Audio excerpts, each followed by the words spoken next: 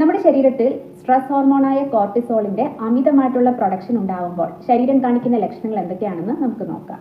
Adrenal ഗ്ലാൻഡിൽ നിന്നാണ് cortisol എന്ന hormone produce ചെയ്യുന്നത്. അമിതമായിട്ടുള്ള അല്ലെങ്കിൽ ക്രോണിക് ആയിട്ടുള്ള സ്ട്രെസ് വരുമ്പോഴോ അല്ലെങ്കിൽ ചില മെഡിസിൻസിന്റെ അമിതമായിട്ടുള്ള ഉപയോഗം അങ്ങനെ ചില കാര്യങ്ങൾ വരുമ്പോഴാണ് കൂടുതൽ അളവിൽ കോർട്ടിസോൾ ശരീരത്തിലേക്ക് പുറപ്പെടുവിക്കുന്നത്.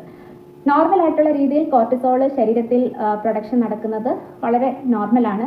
ചെറിയ ചെറിയ ഭയം അല്ലെങ്കിൽ ചെറിയ ചെറിയ ദേഷ്യം ഒക്കെ വരുമ്പോഴും കോർട്ടിസോൾ നമ്മുടെ ശരീരത്തിൽ പ്രൊഡ്യൂസ് ചെയ്യാറുണ്ട്. അത് നോർമലാണ്, നാച്ചുറലാണ്, അത് ആവശ്യവുമാണ്.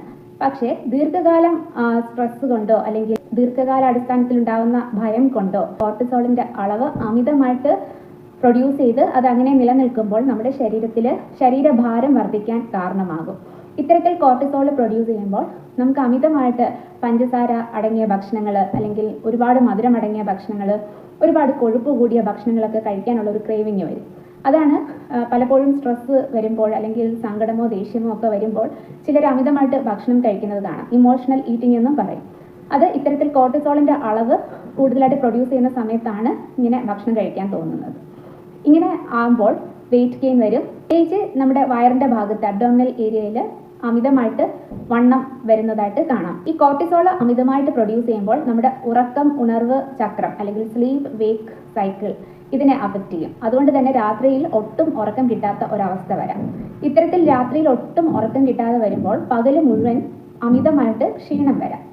ഇതുകൊണ്ട് തന്നെ കോർട്ടിസോൾ അമിതമായിട്ട് പ്രൊഡ്യൂസ് ചെയ്യുമ്പോൾ എപ്പോഴും ക്ഷീണം നമുക്ക് തോന്നാം. മാത്രമല്ല ഇത് നെർവസ് സിസ്റ്റത്തിനെ കൂടുതലായിട്ട് സ്റ്റിമുലേറ്റ് ചെയ്യിക്കും. അതുവഴി നമുക്ക് അമിതമായിട്ടുള്ള ക്ഷീണം തോന്നാം. ഇത്തരത്തിൽ കോർട്ടിസോൾ നമ്മുടെ ശരീരത്തിൽ പ്രൊഡ്യൂസ് ചെയ്യുമ്പോൾ നമുക്ക് ഇറിറ്റേഷൻ, ദേഷ്യം, ഡിപ്രഷൻ, പലതരത്തിലുള്ള മൂഡ് സ്വിങ്സ് ഇതൊക്കെ കണ്ടുവരാറുണ്ട്. മാത്രമല്ല നമ്മുടെ രോഗപ്രതിരോധ ശേഷിയും ഇത് അഫക്റ്റ് ചെയ്യും. കോർട്ടിസോൾ അമിതമായിട്ട് പ്രൊഡ്യൂസ് ചെയ്യുമ്പോൾ രോഗപ്രതിരോധ ശേഷി കുറയും. അതുകൊണ്ട് തന്നെ പെട്ടെന്ന് പനി, ജലദോഷം, മറ്റ് ഇൻഫെക്ഷൻസ് ഒക്കെ പിടിക്കുന്നതായിട്ട് കാണാം. അതുപോലെ നമ്മുടെ മസിൽസിന് വേദന, മസിൽ സ്റ്റിഫ്നെസ്, മസിലിന്റെ സ്ട്രെങ്ത് കുറയുക, ഇത്തരം ലക്ഷണങ്ങളും കണ്ടുവരാറുണ്ട്. അതുപോലെ ഈ കോർട്ടിസോളിന്റെ പ്രൊഡക്ഷൻ കൂടുമ്പോൾ മുഖക്കുരു വരാം, മുടി കൊഴിയുന്നതായിട്ട് കാണാറുണ്ട്, സ്പ്ലിറ്റൻസ് വരാം. അങ്ങനെ കോർട്ടിസോളിന്റെ പ്രൊഡക്ഷൻ കൂടുമ്പോഴും ഇത്തരത്തിലുള്ള ലക്ഷണങ്ങൾ കാണാറുണ്ട്.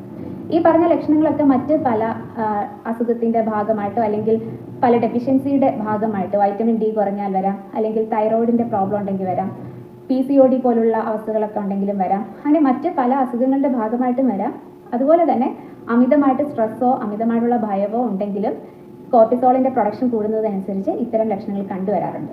അപ്പോൾ നമ്മളിത് ബ്ലഡ് ടെസ്റ്റ് ചെയ്തിട്ടാണ് തിരിച്ചറിയേണ്ടത്. സ്വയം രോഗനിർണയം നടത്താതെ എപ്പോഴും ഒരു ഡോക്ടറിന്റെ നിർദ്ദേശപ്രകാരം മാത്രമേ ഒരു രോഗം സ്ഥിരീകരിക്കാൻ പാടുള്ളൂ.